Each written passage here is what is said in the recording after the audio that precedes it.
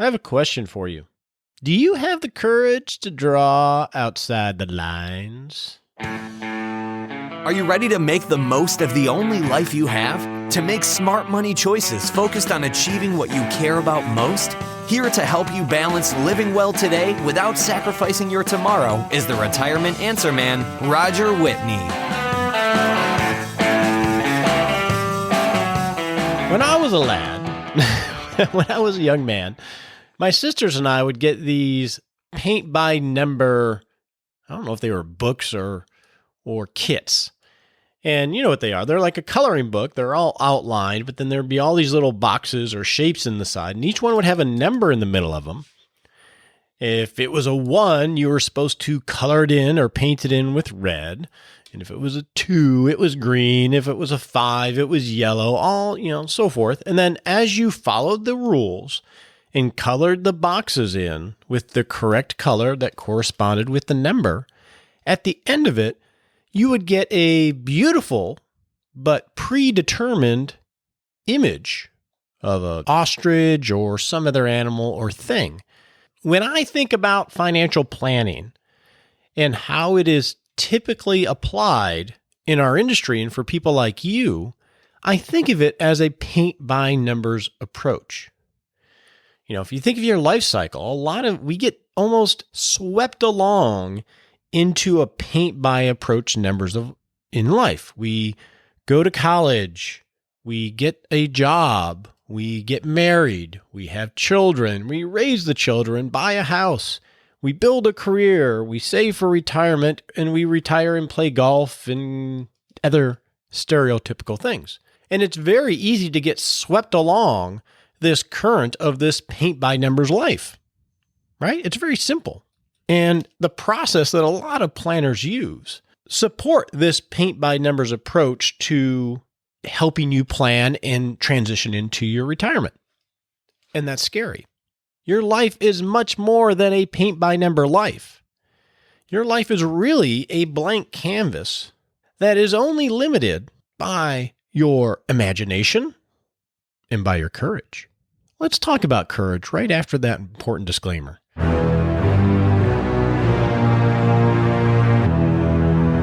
It's time for that all-important disclaimer. Now, this is a paint-by-number box I have to fill, right? And that is, don't take advice from me on the show. I don't know anything about you.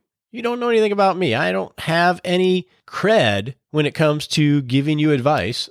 I only give advice to clients I work for as a fiduciary because I understand their situation and I have some credibility to speak into their life. Now, if you're looking for an advisor, you can go to rogerwhitney.com and click on Work With Me, and we can have a discussion about it. But until that time, think of this as helpful hints in education. And before you make any decisions, talk to your financial advisor, your legal advisor, or your tax advisor, because that's just common sense. Now, what do we mean by this courage thing? Huh?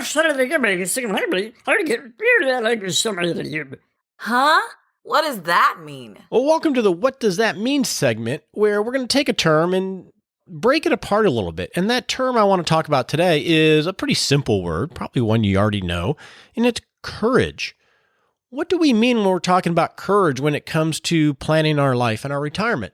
So what does the word courage mean? Well, the official definition is the ability to do something that frightens you. Words associated with that are bravery, fearlessness, nerve, daring, audacity, boldness, grit, true grit, heroism, gallantry. That's a pretty word. All of these things have to do with courage. So what does that have to do with you at the stage of your life where you're looking at this big change of transitioning into retirement and imagining what this independent phase of life is going to look like? Well, I think it's important that we never stop doing things that frighten us a little bit. Dan Sullivan says, always have a future that's bigger than your past. And I think that's an important thing to have as a mindset as we approach this retirement or more independent phase of life. Now, that doesn't mean that we have to have more trophies or more accolades than we did in our past. It could be as simple as thinking big about your life in terms of spending time in nature or with your grandchildren or relaxing with your spouse. It doesn't have to always mean doing something. And I think a lot of times when I talk about having purpose and vision and things like that for your life in retirement, people think, you have to go do and accomplish a lot of things. That's not what I mean.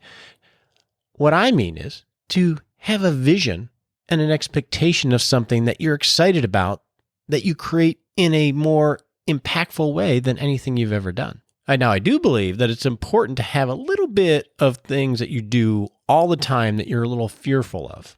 A good friend of mine, Dan Miller, says, we all need a life with courage. If you want a future that doesn't require any more courage, you're starting to die. As soon as you decide you want a life of ease, your body, your mind, and your spirit begin to deteriorate. So when I talk about dreaming bigger about your life, I don't mean you have to go do something, but you want to make sure you have courage that you're doing something that sparks you and pushes you to improve as a person. So that's what we're talking about with courage.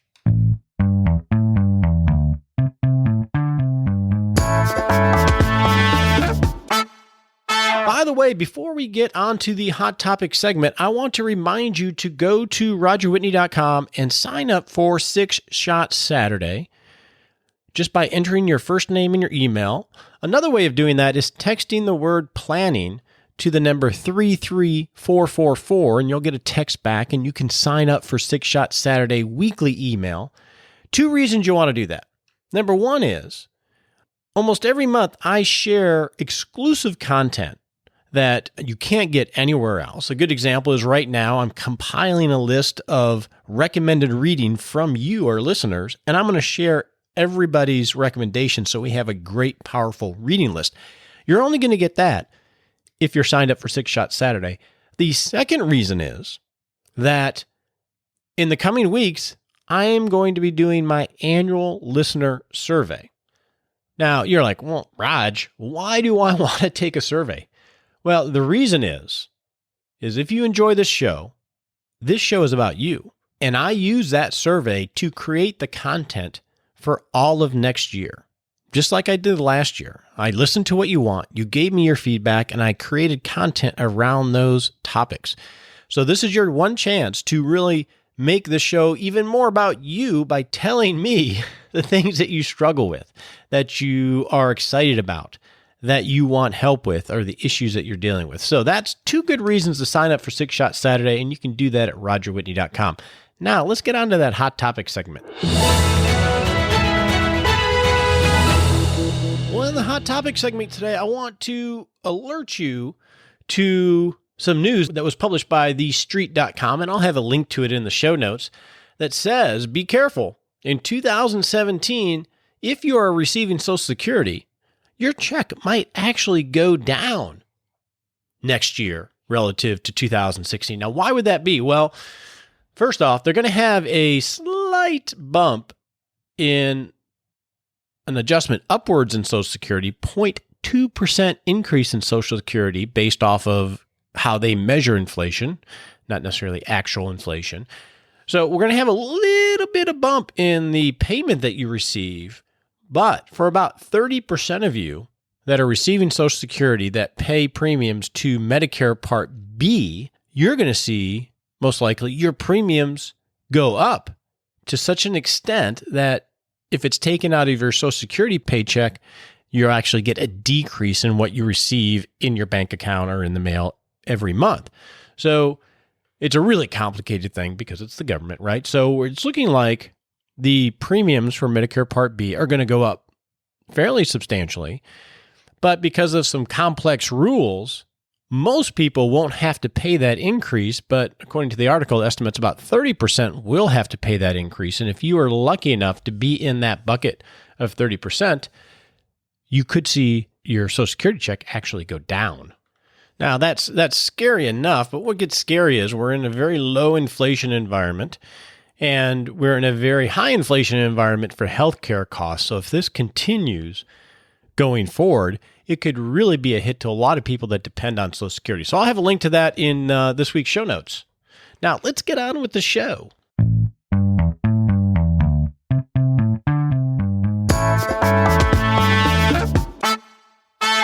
Hey, welcome to the Practical Planning segment. Now, we're going to spend this segment on this show answering some listener questions. And these are questions I get a lot, so I thought that it would be helpful to answer them on the show. So the first question comes from Howard. Now, Howard had originally emailed me a separate question, but we got into a little discussion, and he asked me, well, why do I need an advisor? What's the value of an advisor? I've been very successful as a business person, have accumulated wealth. Now that I'm getting towards retirement, why suddenly do I need an advisor? What value do they add? Which is a really great question. So I started to use a backpack analogy. I started to think about that. And if you think of going into this independent or retirement phase of life, it's like going on this huge, long backpacking trip into the backwoods. So I've had the pleasure of doing that a few times in Wyoming and in Arizona. And when you're going out for days on end in the wilderness, you realize, man, I'm going to leave a lot of the things that I've become very accustomed to and comfortable with, like running water, a toilet, an outlet, things that you take for granted, but when they're not there, boy, they really are important. So how does that relate to leaving your career and retiring or doing something more independent? Well, think about it. When you leave your career, you're leaving a lot of things that you probably take for granted. Probably the biggest one is a regular paycheck that helps cover all your expenses. We're just so accustomed to earning and using that money to build and grow over time. And we're accustomed that when we get into trouble, we can at least have the option of trying to work harder to earn more to get ourselves out of that financial trouble. Well, when you get into retirement, that goes away. You don't have that anymore. You don't have the same built-in purpose that you have in a career and accolades that you have in a career and time structure that you have in a career. Not that they're better. They're just things that we're accustomed to that suddenly, when you're thrust into the backwoods of retirement, all these creature comforts that you've had for decades suddenly disappear. So I use that analogy. And then, so if we think of this as a backpacking trip, you have some choices if you're going to take this trip into retirement. One is you can learn the route yourself and understand where the streams are and where the dangers are and where the possible dangers are and where your journey ultimately is going to end up. You can take the time and route it yourself and learn about the journey you're about to, or the trek you're about to embark on. And there are plenty of people that do that very successfully. So I don't think everybody has to have a financial advisor or a financial planner. I don't believe that at all. You have the choice to do that. Another option would be you can learn from an expert. You could hire someone that has experience walking that trek and then just have them help you with the logistics of it. Have them map out the journey, point out on the map where possible dangers are, where some exciting things that you might want to check out are. And then once you have them help you build that roadmap, you can set out on this journey into retirement totally on your own. That maybe that's the value that an advisor can bring, is that you just have them speak into your life to help you with the logistics of it, and then you walk that journey yourself. Another way is you can hire a guide that has walked that journey and that route many times to join you on the trip.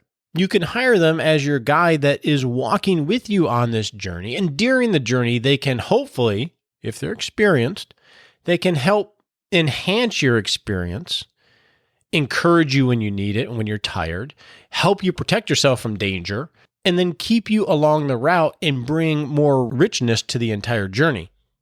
So that third option, I'll give you an example of that, because when I was with my family, and I may have mentioned this before, I don't know. We did a trek. It wasn't a backpacking trip, but it was a tour of one of Costa Rica's national parks. And we hired a gentleman to walk with us. Now, we could have just bought a map that would have pointed out certain things, but we hired a gentleman to give us the tour and walk alongside us through this whole journey through this national forest. And it was amazing. It was enriched the journey so much more because he would stop at times and point things out, wildlife that we never would have seen. He would take us down a route that we hadn't considered to have a different experience. And all along the way, he would relate stories about his country and about what people have done and give us options to go on. That would be that third option. Now, obviously, it's the most expensive option if you're thinking about hiring an advisor. But when Howard asks, what is the value that an advisor can add? Well, first off, you may not even need one. But the value that they're add is not going to be most likely in the amazing investment strategy that they create that solves everything. I think that is not the core proposition that advisors should have. Now, is investing important? Totally, it's important. It's important to do it right and to do it consistently. But it's not about finding some amazing thing that nobody else has ever heard of. That's not there. Really, what their value is helping enhance the journey, help keep you from danger, encourage you when you're discouraged, pull you back when you're a little bit too excited and possibly headed to danger that you don't even see, and really enriching the entire experience. So that was my answer to Howard, and I think that's a good way of thinking it. Now, of course, if you say, great, I want to hire a guide in some way, then there's this whole other discussion. How do you find someone that truly knows what they're doing? And we've had other shows on that, so you can check those out. But that was my answer to Howard. Now let's get on to Jack's question. And this is probably one of the most asked questions I get. So Jack is asking a question about taking his pension or the lump sum that the company is offering. And so here's what he says. He says, the company I work for gives us the opportunity when we retire either to get a monthly pension for the rest of our lives or a lump sum amount. So he says, for me, assuming I retire at the end of 2019, the lump sum would be $616,000, while the monthly benefit would be $3,746. He says, my initial thought is to take the monthly benefit, since even assuming a 5% annual return, the portfolio would not generate sufficient monies to meet what the pension said. And Jack just wanted my thoughts on this. And I think I've answered this questions in different ways, and I've gotten other questions here recently from Cy and a few others. So hopefully this will answer everyone's question when we think about pensions or lump sums. Now, as everything, it's not a paint by numbers approach, right? It's just not, oh, that's a green because it says 2. No, there are a lot of considerations. So let's talk about how to do a quick analysis, and I think Jack got this right, and then some considerations you need to have. So the quick test that Jack went to is, okay, so let's look at this. He has a annual pension benefit of $44,952. That's his monthly benefit of $3,746 multiplied by 12. So he has an annual benefit of around $45,000. So if he took the pension, he would get that money at like clockwork from the company for the rest of his life. I don't know the survivor option on this, but we'll assume it's for his life. Or he can have today $616,000. So the quick test is, take the monthly pension that you're offered, multiply it by 12, so we got to $45,000, and let's divide that by the lump sum being offered, $616,000. So let me get my calculator here. We got that divided by 616,000. So that's roughly 7.3%. So what that means is it's a 7.3% withdrawal rate. So if he were to take the lump sum, he would have to generate consistently every single year 7.3% to generate that same amount of income. So at first blush, it makes sense. No, you wouldn't take the lump sum. You would take the monthly benefit because the odds of getting a guaranteed, 7.3% return every single year ain't good, right? Usually the tipping point ends up being right around 5%. When it works out to about 5%, you can make the argument maybe the lump sum is a little bit better. Now, what are some things that you need to consider in that? Well, number one is that 7.3%, when you do that kind of calculation, it assumes you're not touching your principal, right? So if you were able to achieve the 7.3% every single year, at the end of your life, you would still have your $616,000. So that's money that could go to your family. Whereas if you take the pension benefit of the $3,746 a month, when you die, that money goes away and there's nothing left over. So that's one problem with that calculation, but it's a good place to start when you're thinking about generating income for your family. But that's still an important point that changes the dynamics a little bit. So what are some other things that you also should consider? Well, number one is your age and your spouse's age and the health of the two of you. Because if you take the monthly benefit, that will usually only last until you die or your spouse dies. And sometimes, they have multiple options. You can do 15 years certain and things like that. But if you take the monthly pension and you don't have a lot of longevity history in your family and you're not very healthy, you may not live to get the benefit of that entire monthly payment. And that might skew the numbers a little bit more towards taking the lump sum now. Another consideration is, what does your entire financial picture look like? Do you have other sources of income? That's important. What does your balance sheet look like? Meaning your net worth statement. And you know how I am about net worth statements. Do you have liquidity on your balance sheet to cover emergencies, to pay off debt? Or are you really dependent on Social Security and your pension to cover everything? I'm doing a case right now where the gentleman has a substantial net worth and he has a pension that he could take a lump sum or he could not. And he could live fine without the pension. So when we're doing the analysis, it comes down to how important are the estate goals, and we're modeling taking the pension or not because he doesn't need the lump sum for emergencies and liquidity purposes. So we're modeling it based on legacy issues more than will I be able to live without running out of money, which is a great way to be. But that is a consideration, what your entire balance sheet looks like. Another consideration is what your ultimate goal is. With this person I just talked about, their goal, because of their position, is a legacy goal. Well, if that's a really important goal, it may not be as attractive to take the monthly pension.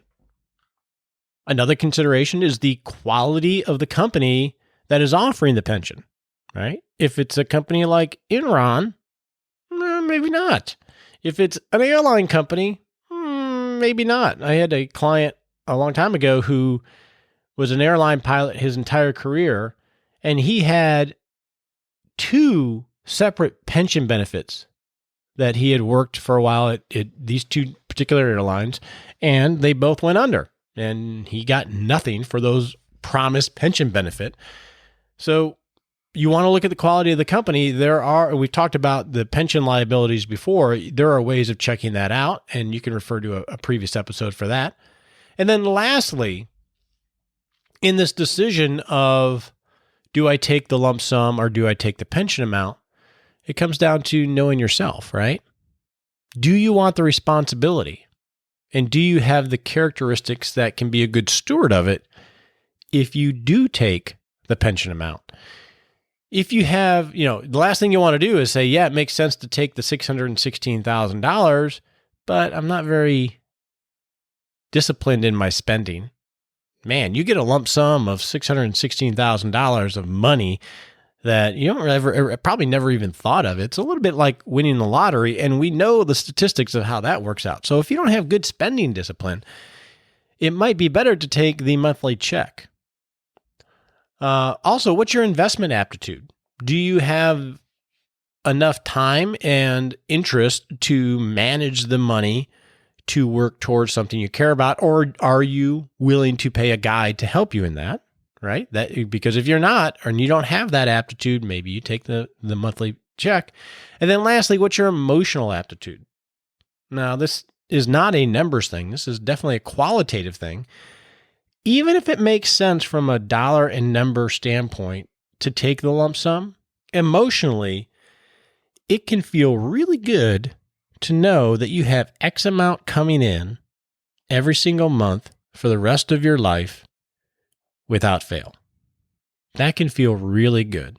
Just like paying off the house may not always make sense in a dollar and cents equation, but emotionally, knowing you have a paid off house can be big. And that, I don't want to discount that. We always throw that in on the end, that emotional makeup. I don't want to discount that because ultimately you got to remember what we're trying to accomplish here. It's trying to create and paint a life in retirement where we are comfortable and have purpose. And if it helps not to have the burden and the worry, so you are free to create outside the lines, then, that might be a good way to do it. So hopefully that helps inform your decision, Jack. Now, Bob had a question about profit sharing contributions when you work for a company, but also you do some side hustle as well. So Bob's question is, he says his wife has a job, but she also does some consulting where she's paid as a 1099 employee. She contributes to a self-employed 401k. And then in making those contributions, there's always this option of employer profit sharing contribution, which they understand from a traditional company. A company can do a 401k match. And then companies can also have a profit sharing plan where they do contributions over and above that normal match. And Bob wants to know, can she do those types of things as well? Well, the answer is yes, Bob, but now realize I'm not a CPA or give tax advice, but let me explain my understanding of this. So whether she is solely employed and doesn't have a employer plan, or whether she has a mix of an employer plan and her self-employed plan, currently in this year, if she's under 50, she's allowed to contribute up to $18,000 a year combined in both 401ks. So even if you have two jobs or you work part-time, but also have self-employment, combined, you can only make employee contributions up to $18,000. Now, on top of that, there are the normal employer matches. So some companies will match contributions up to a certain level. A lot of self-employed people will do what's called a solo 401k. Well, they'll make their $18,000 contribution, and then they'll do a matching contribution, basically to themselves, of 4% of whatever they contributed, 4% of their income. And then, even if you're totally self-employed, you have the opportunity to make profit-sharing contributions to your plan. So in 2016, if you are solely self-employed, you can make $18,000 contribution to your 401k, whether it's a combination of a couple. And between the employer match and a profit-sharing contribution and the $18,000, you can have as much as $53,000 go into a qualified plan. So that $53,000 would be a combination of employee contributions, employer or deferrals, employer match, plus a profit-sharing contribution. So that's the total that you could do. And that's combined with as many active 401ks as you have. So if you work for two people, combined, it could only be that. And then if she's over the age of 50, there's a $6,000 catch-up. So that would make the total contribution of $59,000. Did I make that simple or did I make that confusing? Maybe you have to listen to it a couple times, but hopefully that helped you out, Bob. Now, the last question of the day comes from another Bob. There's Bob and my other brother, Bob. Bob asks, well, he says first, I had a question I thought you might be able to help me with. My wife and I would like to add or supplement bonds to our retirement portfolio in effort to reach a balance. I assume that means an asset allocation. What I don't know is what accounts are best to hold bond or bond funds. And they said they currently have a 401k, a KEO, a Roth, a traditional IRA, and a rollover IRA, and some taxable brokerage accounts. So where do they add these bonds to their portfolio? Is there a particular account that they should add them to? So here's my reply to Bob. Bob, I typically implement a target allocation in each account rather than place certain assets in certain accounts. And the reason I do this, because I used to do it where I would strategically place assets in particular tax buckets because of efficiency purposes. And I still do that for certain clients and, that are in particular situations. But as a rule, I execute the target allocation in each individual account.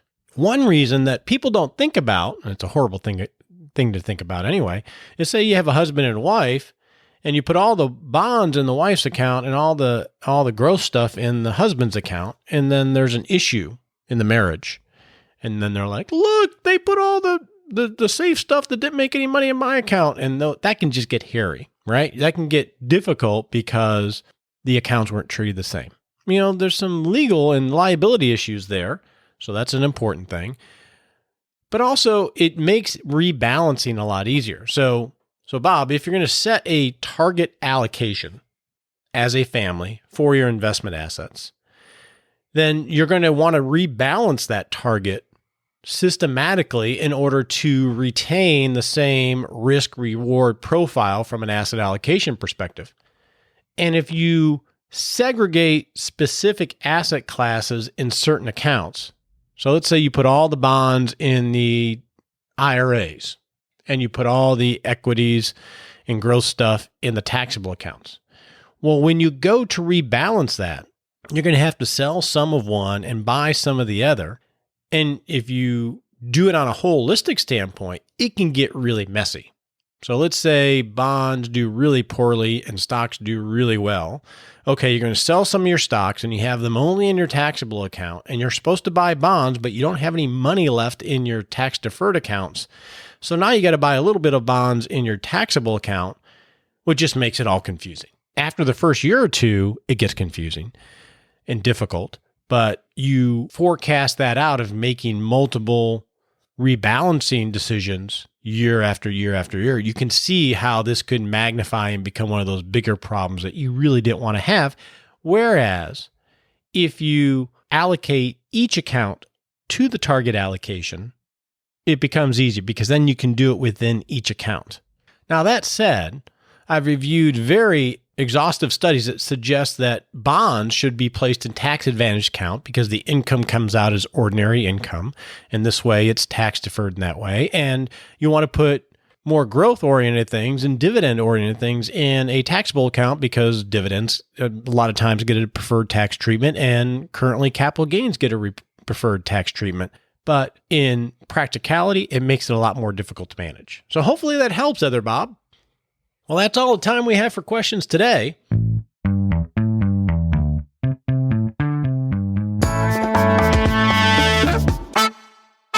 Hey, I want to thank you so much for joining me on today's show. If you are feeling overwhelmed on this journey that you're looking to take into retirement and you don't want to have a paint-by-numbers life, go to rogerwhitney.com and click on Work With Me, and you and I can set up a time for a 15-minute discussion where we'll just talk about whether it's a fit and what issues that you're dealing with. I want to thank you so much for joining me on the Retirement Answer Man podcast, one of my favorite parts of the day. Until next week, be well. We appreciate you joining us today for this episode of Retirement Answer Man. Be sure to visit rogerwhitney.com/answers to access the Retirement Answer Library with over 30 checklists to help you make the most of the only life you have. Remember, you have more power than you realize to create an amazing life starting today with Retirement Answer Man. The opinions voiced in this material are for general information only and are not intended to provide specific advice or recommendations for any individual. All performance referenced is historical and no guarantee of future results. All indices are unmanaged and may not be invested into directly. Have a wonderful day.